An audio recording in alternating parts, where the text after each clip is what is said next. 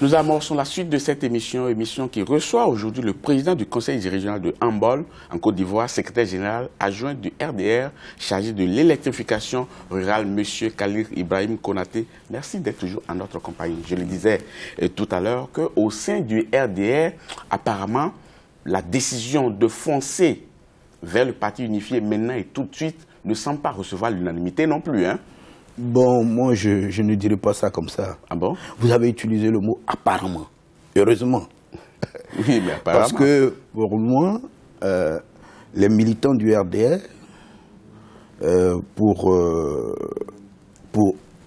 cela, oui, le RHDP, c'est la voie du rassemblement. Oui, mais bien entendu. C'est la voie de la consolidation. Tout de suite, tel que ça se fait là, ils ne sont pas d'accord. J'ai pas entendu, j'ai pas encore entendu de gens... Vous n'avez pas besoin d'entendre, vous pouvez constater, on n'a pas besoin d'entendre. Il y a certains qui ne se donnent pas de la voix, mais de par leurs actes au quotidien, quand même au sein de votre formation politique, vous devez en déduire des choses, non? Ah non, non, non, moi j'en déduis rien. Et ceux qui sont opposés peuvent être opposés, bien entendu. Donc vous êtes d'accord qu'il y a des gens qui sont opposés? Ils peuvent être opposés. Et pas des moindres. Et pas des moindres, ils peuvent être opposés. Mais la loi de la démocratie, s'est imposée au Congrès où on a adopté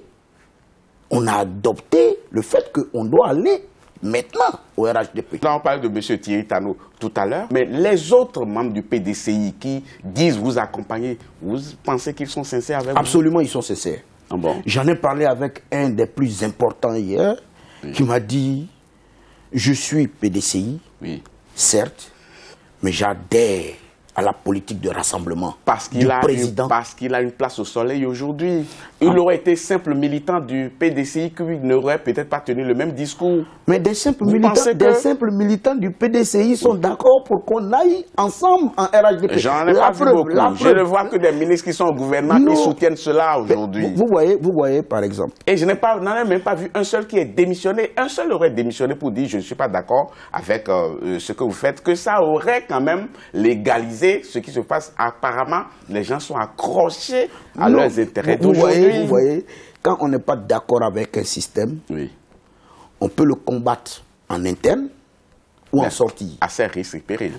Non. Le combat à l'interne. Mais à ses risques et périls. Le président Ouattara, avant la révision de la Constitution, disait que cette révision n'était pas de nature à s'offrir lui-même un troisième mandat. Mais depuis, les propos ont évolué. Sa dernière déclaration en la matière disait qu'il n'est pas exclu qu'il soit candidat à l'élection présidentielle. Où est-ce qu'il en est aujourd'hui? Parce que ça peut encore évoluer. Et cette déclaration, oui, est faite avant l'Assemblée générale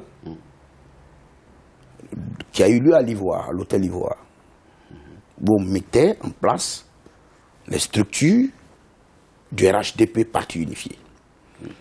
Et assemblée générale au cours de laquelle il a été désigné président de notre groupement, de notre parti politique en création.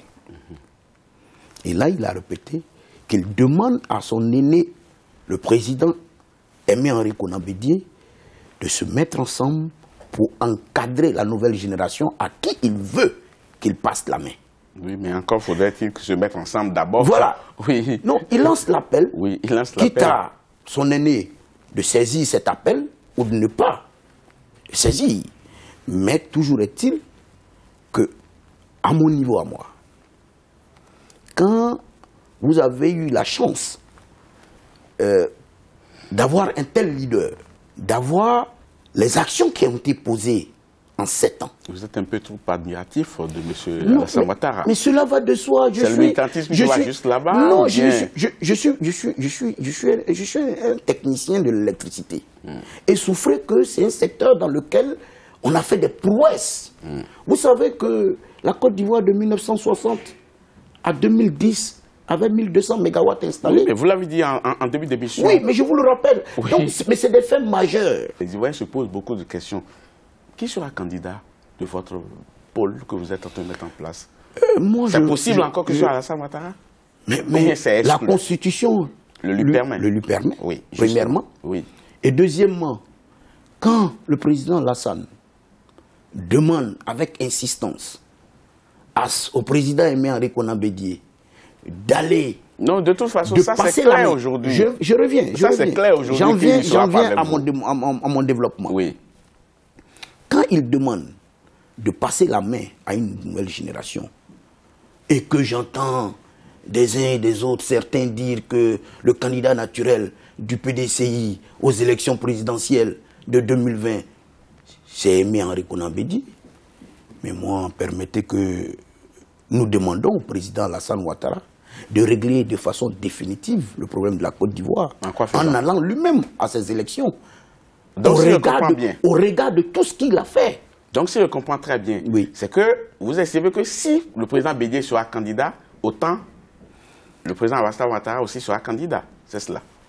Nous allons le lui demander, mais maintenant, parce qu'il refuse cela, il veut passer la main, il veut faire bénéficier de la Côte d'Ivoire. Mais s'il veut passer la main, qu'il passe la main. Il n'est pas obligé de regarder qui est candidat de l'autre côté. Oui. Lui, il veut passer la main, oui. Mais nous pouvons lui demander de ne pas passer la main. C'est aussi simple que cela. Et pourquoi? Mais parce qu'il est le meilleur cheval du RHDP en ce moment. Mais pourquoi ne dites-vous pas que, étant donné qu'il a dit qu'il ne faisait pas une révision de la Constitution pour pouvoir en profiter, par respect de la parole donnée, pourquoi?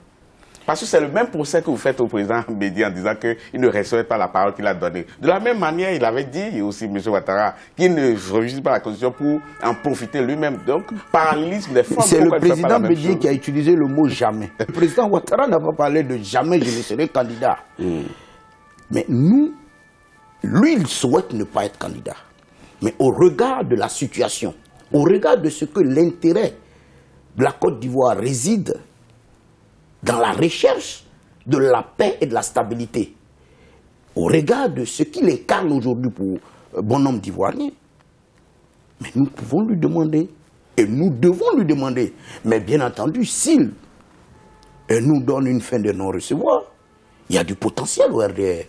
N'est-ce pas? Il y a du potentiel au PDCI, parmi les cadres du PDCI qui ont accepté de se joindre dessus. Mais le Premier ministre, regardez un peu ce qui s'est passé dernièrement. Si vous citez un autre nom. Hein? Généralement, en politique, on passe la main à son plus proche collaborateur, son plus fidèle collaborateur. Angela Merkel l'a fait avec Anne Grete à la CDU. Elle a dirigé, et au moment où elle passe la main à une de ses fidèles. Quoique le président Ouattara voit la succession, c'est une équipe constituée du Premier ministre Amadou Gon, du ministre Ahmed Bakayoko, du ministre Hachi Patrick, du Premier ministre et du vice-président Daniel Kablan-Duncan, oui.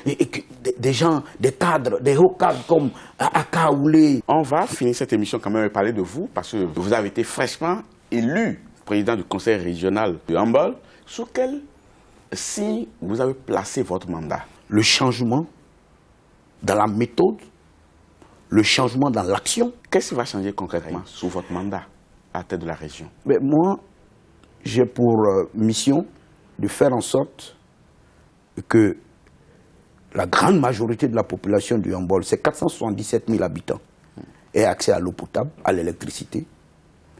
Et l'un de mes axes majeurs, c'est de faire en sorte de booster le taux de transformation de nos matières agricoles, notamment la noix de cajou. Nous allons installer dès janvier 30 unités de décortiquage pour un investissement d'à peu près 250 millions d'abord, et puis, in fine, à terme, arriver à mettre des unités de transformation, de finition, pour apporter de la valeur. Parce que vous savez qu'on achète avec le paysan 1 kg de noix brute à 300 francs, 500 francs.